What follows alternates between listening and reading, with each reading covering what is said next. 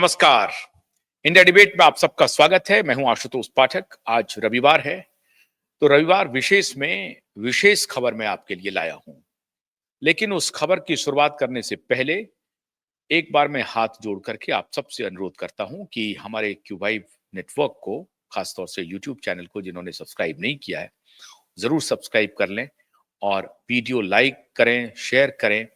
हमारे Facebook page को भी फॉलो करें। हमारा जो रंबल का प्लेटफॉर्म है उसे फॉलो करें, एक्स का प्लेटफॉर्म है उसे फॉलो करें और QYIV.in अंग्रेजी में हमारा OTT प्लेटफॉर्म है और प्रकाश TV.in हिंदी में, तो उन दोनों को भी लॉग इन करना ना भूलें। अपडेटेड रहने के लिए, न्यूज देखने के लिए और विशेष न्यूज देखने के लिए जरूर लॉग इन करें और QYIV यूट्यूब चैनल को जरूर सब्सक्राइब करें। अब शुरुआत करते हैं विशेष खबर की। खबर नागपुर से आ रही है। नागपुर में शुक्रवार को एक बहुत महत्वपूर्ण हियरिंग थी 10,000 करोड़ के डिफेमेशन केस की। उस केस को कंक्लूड होना था और वो केस आजकल जो पूरी दुनिया में घूम घूम करके इलेक्टेड गवर्नमेंट से भी आगे निकलने की होड़ में है और इलेक्टेड गवर्नमेंट को भी अपनी हिदायत दे रहे हैं। भारत में ऐसा लगता है कि वो बहुत बड़े व्यवसायी हो गए हैं। वो मुकेश अंबानी और दूसरे जो व्यवसायी हैं अडानी साहब, उनको भी पीछे छोड़ करके आगे निकल गए हैं। इसीलिए वो दुनिया के इंटरनेशनल फोरम पे जाकर के अनाप शनाप बोलते हैं। वो कहते हैं कि भारत सरकार को क्या करना चाहिए, किसी अंतरराष्ट्रीय संस्था के साथ उसका क्या संबंध होना चाहिए, ये सलाह देने का काम वो कर रहे हैं। मैं नाम ले रहा हूं आदार पूनावाला का और साइरस पूनावाला का। दुर्भाग्य से साइरस पूनावाला सीरम इंस्टीट्यूट के मालिक हैं, लेकिन भारत सरकार ने, मैंने दुर्भाग्य इसलिए कहा क्योंकि भारत सरकार ने उन्हें पद्मश्री से पुरस्कृत किया है। अब मैं इसे दुर्भाग्य क्यों कह रहा हूं? एक तो पद्मश्री से उनको पुरस्कृत किया गया है, फिर भी ये दुर्भाग्यशाली क्यों है? दुर्भाग्यपूर्ण बात इसलिए है क्योंकि भारत सरकार को असली बात शायद पता नहीं चल सकी और अगर पता चली होगी तो बहुत विलंब हो गया होगा। प्रधानमंत्री नरेंद्र मोदी को और भारत सरकार को क्यूबाइव network, universal health organization, awaken India movement, इस तरह के बहुत सारे ऑर्गेनाइजेशन थे जो प्रधानमंत्री कार्यालय को, मिनिस्ट्री ऑफ हेल्थ को, Indian council of medical research को सूचनाएं दे रहा था, साइंटिफिक सूचनाएं दे रहा था, आगाह कर रहा था, उन्हें बतलाने की कोशिश कर रहा था कि आपके खिलाफ षड्यंत्र हो रहा है और यह अंतरराष्ट्रीय साजिश है। दुनिया में अलग अलग देशों की सरकारों के खिलाफ षड्यंत्र हो रहा है।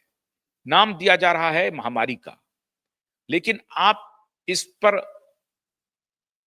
पर आप चाक चौबंद रहिए, चौकन्ना रहिए। उन्हें बताने की कोशिश हो रही थी, लेकिन भारत सरकार शायद इस बात पर तवज्जो नहीं दे पा रही थी। उसका कारण था कि भारत सरकार के जो तमाम सलाहकार थे वो उसी नैरेटिव से गाइडेड थे जो नैरेटिव अंतरराष्ट्रीय माफिया चलाना चाहती थी और भारत सरकार को अंततः अंतरराष्ट्रीय माफियाओं के सामने नतमस्तक होना पड़ा। उसमें से एक ऑर्गेनाइजेशन जिसको लीड करने वाला व्यक्ति ही, उनके ऊपर ही आपराधिक मामलों में शामिल होने का आरोप है। इथोपिया के वो नेता हैं और कम्युनिस्ट पार्टी, वहां जो लेफ्ट पार्टी है, उसके वो नेता रहे हैं और उनके ऊपर बहुत सारे संगीन आरोप लगे हुए हैं। उनको, एक नेता को, एक पॉलिटिशियन को, एक हेल्थ ऑर्गेनाइजेशन का सर्वे सर्वा बना देना, ये अपने आप में ही दुखद था। लेकिन हमारे देश की सरकार को पता नहीं किस नशे में थी, किसकी सलाह पर चल रही थी।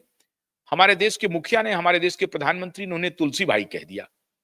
अब वो किसी रणनीति के तहत कह रहे हो, उनको मालूम होगा कि आने वाले दिनों में ये सब पलटने वाला है और मैं इन्हें दोस्त बना करके इनके साथ इनकी औकात इनको दिखाऊंगा। हो सकता है कि ये रणनीति हो। जियोपॉलिटिक्स में सरकार की रणनीति क्या होती है, सरकार कैसे सोचती है, ये सरकार का प्रेरोगेटिव है। और मैं समझता हूं कि एक देश के नागरिक होने के नाते मुझे ये लगता है कि सरकार जो कुछ भी सोच रही होगी देश के हित में होगा। लेकिन सरकार के ऊपर संदेह की सुई उस वक्त हम लोगों ने उठाई थी और हम लोगों ने कहा था कि ये काम मत कीजिए, इसमें बहुत नुकसान होगा, और आज पूरा देश नुकसान झेल रहा है। लेकिन सरकार की उस वक्त मति मारी गई थी, और खाली भारत सरकार की नहीं, दुनिया भर की सरकारों की मति मारी गई थी। बहुत सारे लोग ये कह रहे हैं कि दुनिया भर की सरकारों के साथ उन लोगों ने कोलैबोरेशन कर लिया, माफियाओं ने, और उसमें मुट्ठी भर लोग थे जो कि सरकार को नियंत्रित कर रहे थे, सो कॉल्ड एक्सपर्ट के रूप में, सो कॉल्ड डोमेन एक्सपर्ट के रूप में। और डोमेन एक्सपर्ट के सामने पॉलिटिकल जो बिरादरी थी वो एक प्रकार से नतमस्तक थी, और दुनिया भर की पॉलिटिकल बिरादरी नतमस्तक थी, अकेले भारत में नहीं। जापान हो, ऑस्ट्रेलिया हो, इंग्लैंड हो, फ्रांस हो, रूस हो, जर्मनी हो, हर जगह, इजराइल तक में, और अमेरिका में तो ये खेल ही चल रहा था। चाइना में तो, चाइना के ऊपर ये पूरी साजिश ही मढ़ी जा रही थी। इतनी सारी बातें हो रही थी, लेकिन हम लोग, आपका क्यूबाइब network, universal health organization, awaken India movement, इस तरह के ऑर्गेनाइजेशंस, इस तरह के डॉक्टरों के साथ, डोमेन एक्सपर्ट्स के साथ मिलकर के, साइंटिस्टों के साथ मिलकर के सरकार को जानकारी दे रहे थे, सरकार को बतला रहे थे, सरकार को आगाह कर रहे थे। आज हमारी बात पूरी तरह से सच साबित हो रही है, और उसी की लड़ाई हम लोग अदालत में लड़ रहे हैं। सिर्फ दिशा सुशांत का केस नहीं लड़ रहे हैं, महामारी के दौरान जो कुछ भी पाप हुआ उसकी भी हम लोग कानूनी लड़ाई लड़ रहे हैं और अदालत में लड़ रहे हैं। 10,000 करोड़ का नोटिस सर्व किया जा चुका है आधार पूनावाला को। आधार पूनावाला सीरम इंस्टीट्यूट के मालिक है, और आधार पूनावाला को इसलिए नहीं नोटिस सर्व किया गया है कि उन्होंने कुछ खास दवाइयां बनाई या उनके कुप्रभाव को लेकर के नोटिस भेजा जा रहा है। नोटिस ये भेजा जा रहा है कि उन्होंने पूरे देश के साथ झूठ बोला, पूरे देश के साथ झूठ बोला, पॉलिटिकल बिरादरी से झूठ बोला, उनको गुमराह किया, उनको अंधेरे में रखा। और ये सभी bill and Melinda Gates foundation के साथ मिलकर के, रॉकफेलर फाउंडेशन के साथ मिलकर के, सोरोस की ओपन सोसाइटी के साथ मिलकर के ये सारे लोग काम कर रहे थे। और उसमें भारत सरकार के मिनिस्ट्री ऑफ हेल्थ में, भारत सरकार के Indian council of medical research में, और यहां तक कि पीएमओ में भी अपने मोल को इन्होंने घुसाने की कोशिश की थी, अपने जासूस को घुसाने की कोशिश की थी। अदालत में भी इनके जासूस घुसे हुए थे, और उस वक्त में अदालत में इनके तरफ से बैटिंग करने वाला कोई और नहीं था जिसके खिलाफ आपका क्यूबाइब नेटवर्क इतनी शिद्दत से, इतनी मजबूती से लड़ा कि आपको उस पर गुमान होगा, आपको गर्व होगा। उस वक्त के तत्कालीन जज साहब एनबी रमन्ना, उनके खिलाफ हम लोगों ने मोर्चा खोला कि उनका किस प्रकार से कॉन्फ्लिक्ट ऑफ इंटरेस्ट है, और क्यों वो एक खास पद्धति को, एक खास विधा को और एक खास दवाई को प्रोत्साहित कर रहे हैं। उसके खिलाफ कुछ भी सुनना नहीं चाहते हैं। जो कुछ भी उस दौरान हो रहा था उसके खिलाफ कुछ भी क्यों नहीं सुनना चाहते हैं, इसको हम लोगों ने उजागर किया कि मुख्य न्यायाधीश के कॉन्फ्लिक्ट ऑफ इंटरेस्ट हैं, उनकी मां का शेयर भारत बायोटेक कंपनी में है, और भारत बायोटेक को जो निवेश है वो bill and Melinda Gates foundation का है, बिल गेट्स का है, और सीरम इंस्टीट्यूट में भी जो निवेश है वो बिल गेट्स का है। ऑक्सफोर्ड एस्ट्राजेनिका के तकनीक पे सीरम इंस्टीट्यूट बूटी तैयार कर रहा है। ये सब सारी जानकारी दी। उन्होंने झूठ बोल करके फैलाया कि देश के अंदर हमारे देश का स्वाभिमान है, उसको अलग तरह की नैरेटिव दी गई। मतलब स्वाभिमान से जोड़ दीजिए, उसके बाद कुछ भी गलत कर लीजिए, आपके ऊपर कोई सवाल नहीं खड़ा करेगा। और तब हम लोगों ने कहा था कि नहीं, ये हमारी मौलिक जिम्मेदारी है कि हम अपने राष्ट्रवादी सरकार को, हम अपने सनातनी सरकार को ये जानकारी मुहैया कराएं, उन्हें बताएं कि ये आपको गुमराह किया जा रहा है, आपको ठगा जा रहा है, इसमें हमारा नुकसान है। और हम लोगों ने ये इस जिम्मेदारी का निर्वाह किया, और हम लगातार सरकार को बताते रहे कि इसमें किस प्रकार से हमारा नुकसान हो रहा है, लाखों करोड़ के वारे न्यारे हो रहे हैं। हालांकि बाद में सरकार को खरीदने की जितनी कोशिशें इन कंपनियों ने की वो भी पब्लिक डोमेन में आ गया। खाली सरकार को नहीं, जो सात पार्टी सत्ता में थी, खाली उसी को नहीं, जो पार्टी विपक्ष में थी उनको भी खरीदने की कोशिश हुई और खरीदा गया। कोई पार्टी इससे अछूता नहीं बचा। इलेक्टोरल बॉन्ड के माध्यम से, उसको चंदा देने के माध्यम से सबके मुंह को चुप किया गया और सबकी जुबान पर एक प्रकार से ताला लग गया कि साहब इनके खिलाफ कैसे बोलेंगे। लेकिन अब एलॉन मस्क और ट्रंप दोनों ने इनके खिलाफ बहुत जबरदस्त हमला बोल दिया है और अंतर्राष्ट्रीय स्तर पर बोल दिया है।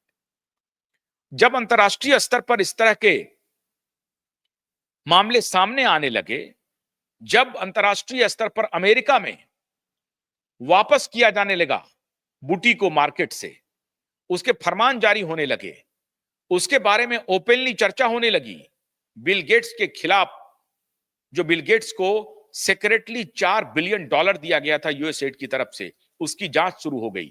और पहली बार जब ट्रंप सरकार सत्ता में आई, पहले ही दिन उन्होंने निर्णय कर लिया कि डब्ल्यूएचओ से वो बाहर जाएंगे। डब्ल्यूएचओ एक ऐसी संस्था बन के रह गई है जिसकी साख अब पूरी तरह से खत्म हो गई है और उसके सर्वा थे ये टेड्रोस, ये इथोपियन नेता, इथोपियन पॉलिटिशियन, डब्ल्यूएचओ के सर्वा। और हमारी आम जनता को इसकी कोई जानकारी नहीं। आम जनता शायद ये समझ रही थी कि डब्ल्यूएचओ जो कह दिया वो एकदम से शास्त्र का ज्ञान है, शास्त्र का वाक्य है, उसे तो फॉलो करना ही है, वो एक कॉन्स्टिट्यूशनल राइट हो गया। ऐसी बात नहीं थी और यही बात हम बतलाना चाहते थे।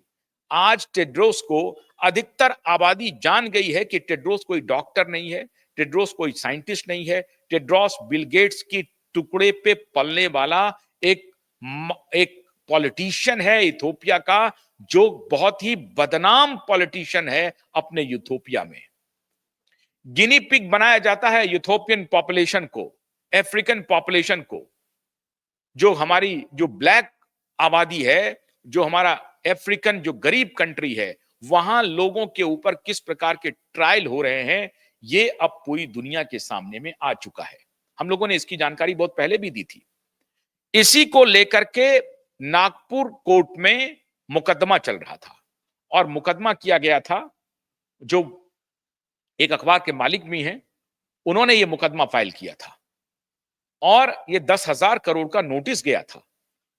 उसमें आधार पूनावाला ने कहा कि जो निचली अदालत के जो जज हैं वो पार्टी से मिली हुई है, ये आरोप लगा दिया।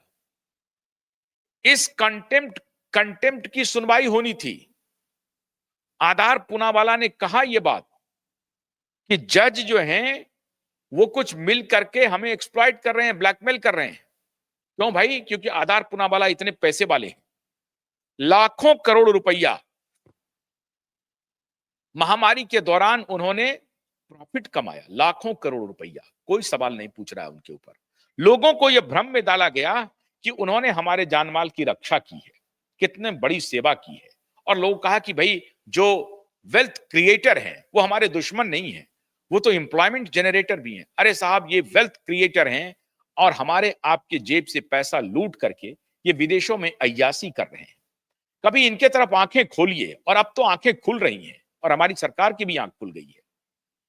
तो जब इनके खिलाफ नोटिस गया कि आपने अदालत से झूठ बोला, सरकार ने कहा, सुप्रीम कोर्ट में हलफनामा दायर करके सरकार ने कहा कि भाई हमने किसी को मैंडेट नहीं किया था कि आपको बूटी लेनी ही लेनी है। सरकार की तरफ से यह मैंडेटरी नहीं था। लेकिन यह शख्स उस वक्त भी आकर के कैमरे पे बाइट दे रहा था कि अदालत को चाहिए कि जो कोई भी इस बूटी पर सवाल उठाए तो उसकी सुनवाई अदालत में नहीं हो, अदालत को फेंक देना चाहिए उनके फाइल को। और एनबी रमन्ना ने वही किया। अभी जो निवर्तमान चीफ जस्टिस थे चंद्रचूड़ साहब, वो भी कभी भी सुनने के लिए तैयार नहीं हुए। ये तो नागेश्वर राव थे, जस्टिस नागेश्वर राव, जिन्होंने सुनवाई की हम लोगों के अपील पे, और उसके बाद उनका निर्णय आया कि ये बाध्य नहीं किया जा सकता है, किसी को मजबूर नहीं किया जा सकता है, आवश्यक नहीं बनाया जा सकता है बूटी को। ये व्यक्ति का अपना अधिकार है कि वो कोई दवा ले या नहीं ले। कानूनी रूप से ये गलत है कि आप जबरदस्ती किसी की इच्छा के खिलाफ जाकर के आप उसको कोई दवा लेने पर मजबूर करते। कहा यह गया कि अगर कोई नहीं लेगा तो वो दूसरे के लिए खतरा है। इस प्रकार का हैबॉक क्रिएट किया गया, डराया गया कि नहीं लेने वाले दूसरे के लिए खतरा हो सकते हैं, दूसरे को भयंकर खतरे में डाल सकते हैं, उनकी जान खतरे में है, इसलिए जबरदस्ती करना पड़ेगा, इसलिए मैंडेट करना पड़ेगा। अदालत ने कहा कि ऐसा कुछ साइंटिफिक रिकॉर्ड तो है नहीं। सारे साइंटिफिक रिकॉर्ड अब पब्लिक डोमेन में आ गए हैं। अदालत ने कहा कि भैया ऐसा कोई साइंटिफिक रिकॉर्ड तो है नहीं कि जो नहीं लिया है वो दूसरे लोगों के लिए खतरा है। उल्टा ये हो गया है कि जिन्होंने लिया है वो दूसरों के लिए खतरा है।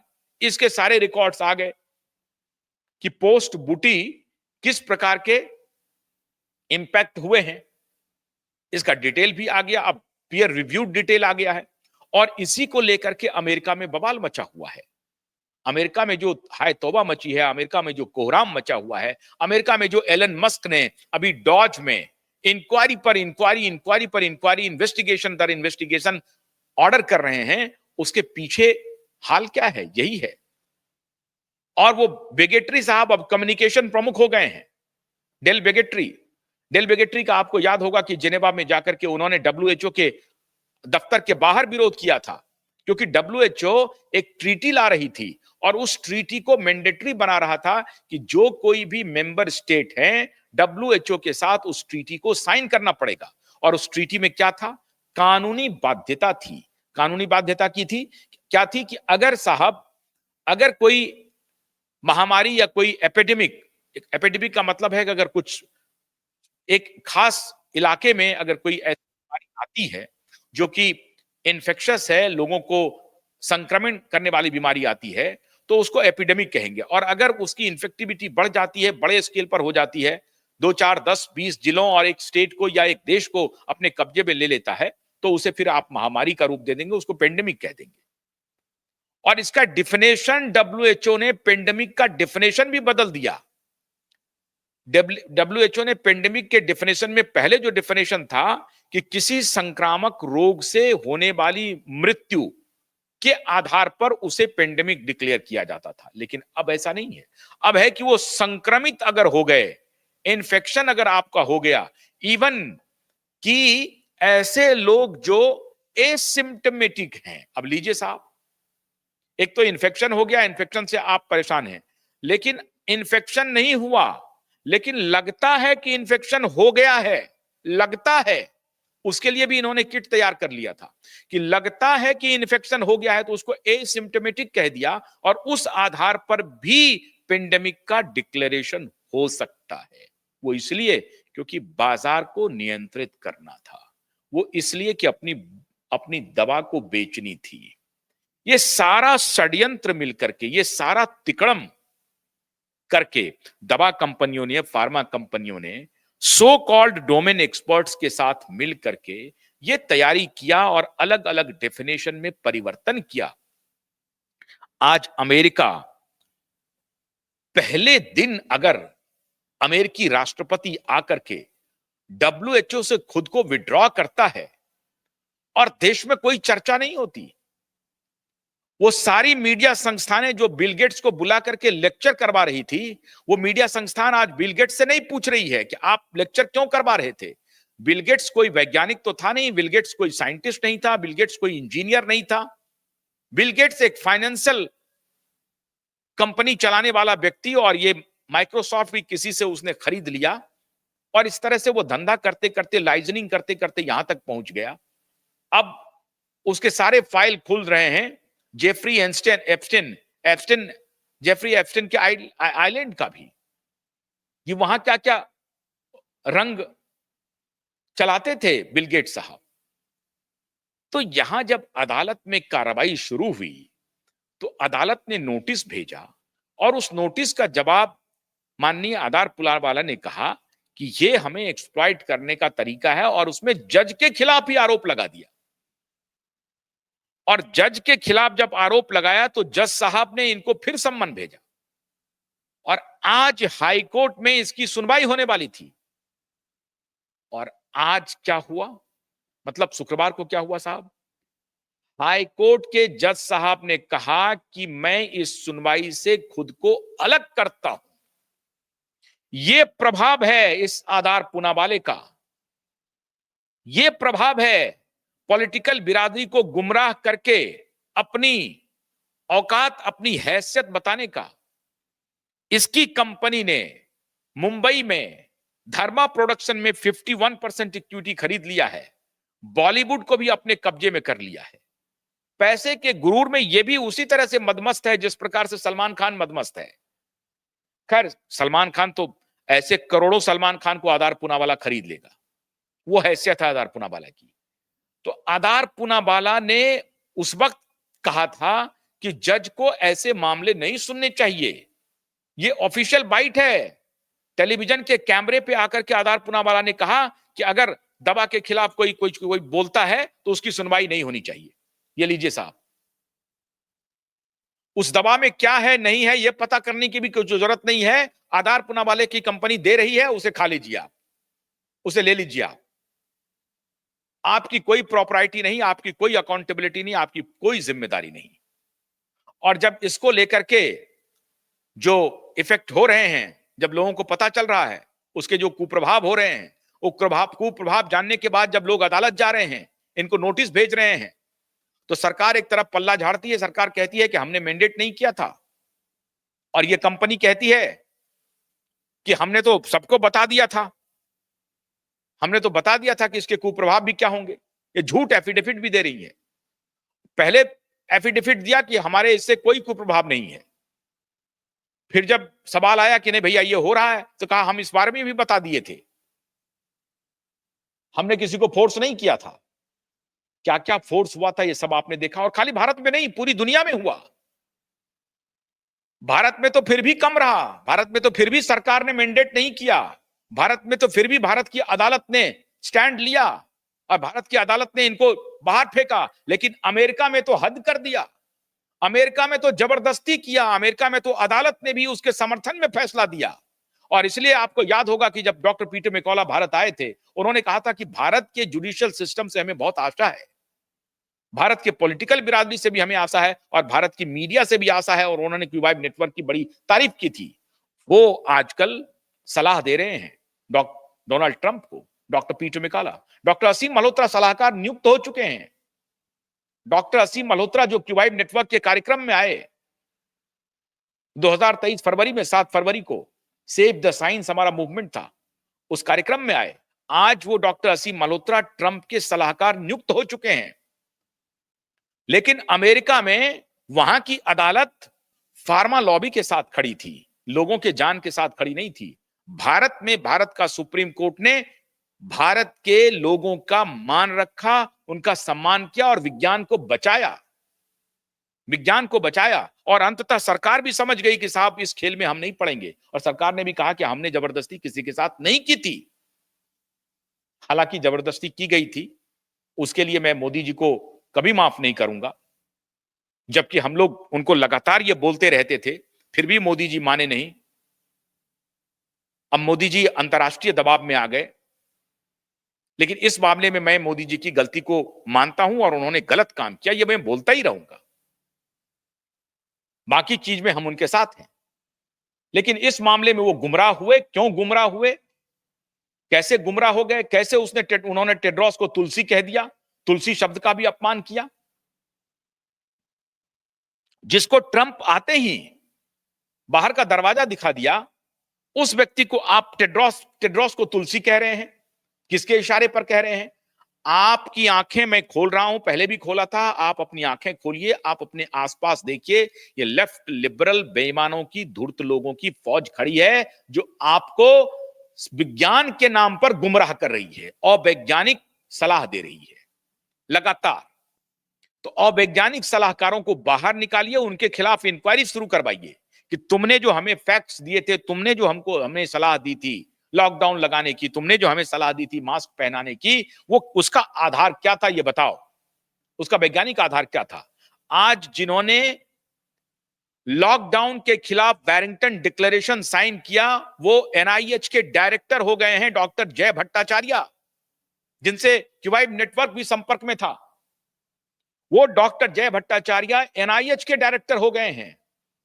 तो मैं प्रधानमंत्री जी से आग्रह करूंगा कि वो एनआईएच, जिस वक्त एंथनी फॉची का आदेश आप मान रहे थे, एंथनी फॉची का आदेश डब्ल्यूएचओ मान रहा था, और डब्ल्यूएचओ का आदेश आप मान रहे थे, तो आज उसी जगह पर एनआईएच के डायरेक्टर जय भट्टाचार्य हैं और उन्होंने कहा है कि लॉकडाउन जो था वो पूरा का पूरा एक ऐसा एक्सरसाइज था जिसने देश के दुनिया भर के जनता के साथ, दुनिया भर की आबादी के साथ अमानवीय व्यवहार किया और सदियां माफ नहीं करेंगी उस कृत्य के लिए। और उसमें खाली भारत शामिल नहीं है, पूरे दुनिया भर के देशों की बात मैं कर रहा हूं। और दुनिया भर के देश में अब इंक्वायरी शुरू हो गई है और अमेरिका में तो एनआईएच के डायरेक्टर बन गए हैं जय भट्टाचार्य, जिन्होंने वारिंगटन डिक्लेरेशन साइन किया था और वो डिक्लेरेशन का मतलब था कि लॉकडाउन गलत है। अगर कोई इन्फेक्शन एयरबॉर्न हो गया है तो लोगों का एंटीबॉडीज खुद बढ़ता है और उसके लिए और भी उपचार हो सकते हैं, दवाएं दी जा सकती हैं, वैक्सीन दी जा सकती हैं, सारी बातें हो सकती हैं, लेकिन ये कोई रेमेडी नहीं है। लेकिन हैवॉक क्रिएट करना था, डराना था लोगों को। जो दवा दी गई, जो बूटी दी गई, वो एक्चुअल में था ही नहीं। जिस कैटेगरी में उनको कहा, तो वो उनको कहा गया इमरजेंसी ऑथराइजेशन किया गया उनको। फार्मा कंपनी चाहती थी कि इमरजेंसी ऑथराइजेशन मिल जाए और जल्दी से जल्दी हम ये माल को बेच दें। सारी कंपनियां आ गई थी और यहां पर देश में केजरीवाल और राहुल गांधी कह रहे थे जल्दी बूटी दो, जल्दी बूटी दो, जल्दी बूटी दो। इस तरह से सरकार को घेर रही थी। तो मैं कह रहा हूं बार बार कि सरकार की इसमें उस तरह से गलती नहीं थी। सरकार एक ऐसे चीज में फंस गई थी जहां उनको, अगर वो दवा नहीं देती तो लोग कहते दवा दीजिए, क्योंकि आपके साइकोलॉजी को इस तरह से कर दिया था। और अगर दवा नहीं देते तो उनको कहता कि भाई सरकार दवा देने में अक्षम है। और अगर सरकार समझाने की कोशिश करती और फिर अगर कुछ बात हो जाती तो फिर सरकार को घेर लिया जाता कि देखिए ये गलत काम कर रहे हैं। तो एक प्रकार से सरकार को इन्होंने तलवार की धार पर खड़ा कर दिया। अगर तलवार पर चढ़ते हैं तब भी पैर कटेगा, उतरते हैं तो तलवार पर चल नहीं पाते। ये हालत कर दी थी इन लोगों ने। तो ऐसे पूनावाला को, जिन्होंने आपको प्रधानमंत्री जी गुमराह किया, गलत सलाह दिया, गलत तरीके से गलत प्रोडक्ट को बेचने के लिए आपके खजाने से भी पैसा निकलवाया और लोगों की जेब से भी पैसा निकलवाया, उनके खिलाफ आज जो कानूनी कार्रवाई हो रही है तो जज खुद को ही अलग कर रहा है सुनवाई से। अद्भुत बात हो रही है। हाई कोर्ट के जज कह रहे हैं कि मैं इस केस की सुनवाई नहीं करूंगा। दलील ये दी जा रही है कि जो इसमें वादी हैं, जिन्होंने केस किया है, उनका वो कभी किसी समय वकील रहे थे। अब इसकी सच्चाई क्या है ये तो वही बताएंगे। हमारे पास जो सूचना है वो यही है कि जज साहब ने इस केस को सुनने से मना कर दिया और कहा कि मैं इससे अपने को अलग करता हूं। तो उस वक्त रमन्ना साहब सुनते नहीं थे, चंद्रचूड़ साहब सुनते नहीं थे। अब जब कुछ अदालतें सुन रही हैं तो उस अदालतों के खिलाफ आधार पूनावाला कह रहा है कि हमें डिफेम करने के लिए हमारे खिलाफ नोटिस आ रहा है और हाईकोर्ट से जाकर के हाईकोर्ट के जज कह रहे हैं कि मुझे इसमें सुनवाई करने से रोका जाए, मैं इसमें नहीं करूंगा सुनवाई। अब ये रसूख, अब इसे क्या कहा जाए? क्या ये आधार पूनावाला का रसूख है, रुतबा है, जो एक जज खुद को कह रहा है कि मैं अपने को अलग कर रहा हूं?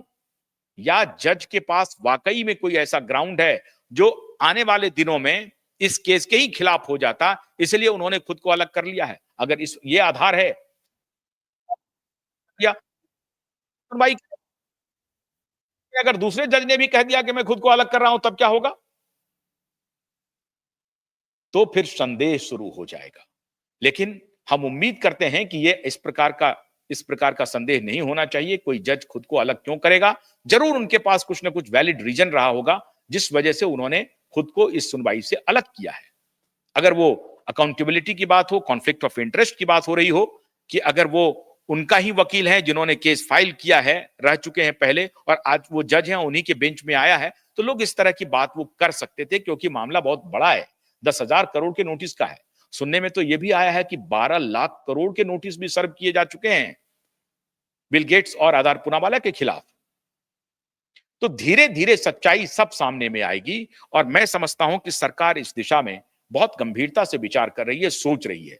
सरकार गुनहगारों को छोड़ने वाली नहीं है। ठीक है, गुनाह उस परिस्थिति में गुमराह कर दिया गया, गलत वैज्ञानिकों की सलाह मान ली गई, वो जो कॉम्प्रोमाइज्ड वैज्ञानिक थे, कॉम्प्रोमाइज्ड डॉक्टर थे, उन्होंने गुमराह किया सरकार को। लेकिन अब सरकार की आंखें खुल गई हैं और सरकार की आंखें इसलिए भी खुल रही हैं क्योंकि उधर चौधरी साहब की आंखें खुल गई हैं। ट्रंप की और एलन मस्क तो पहले से ही आंख खोल करके बैठे हुए हैं। ट्रंप साहब खोल रहे हैं पूरी दुनिया की आंख को, और पूरे इन्वेस्टिगेशन में चला गया है महामारी की सारी बातें। तो ट्रंप और एलन मस्क की जब आंख खुली है तो पूरी दुनिया की आंख उन्होंने खोल ही दी है। और इधर जज साहब कह रहे हैं कि हम सुनवाई नहीं करेंगे, कोई ना कोई दूसरा जज जरूर आएगा, चिंता मत कीजिए, ये लड़ाई हम लोगों की जारी रहेगी, इस पर फैसला जरूर होगा। और हम समझते हैं कि अब सरकार भी इस दिशा में गंभीर कदम उठाएगी। विदा लेने से पहले मैं आपसे अनुरोध करना चाहूंगा कि हमारे वीडियो को अगर आपको अच्छा लगा तो इसे लाइक करें, शेयर करें, और हमारे क्यूआई ओटीटी के जितने प्लेटफॉर्म है, QI.in, प्रकाश TV.in, फेसबुक पेज, रंबल और एक्स प्लेटफॉर्म को फॉलो करें, और क्यूआई के यूट्यूब चैनल को जरूर सब्सक्राइब करें और हमारा मेंबर भी बने। बहुत बहुत शुक्रिया। नमस्कार।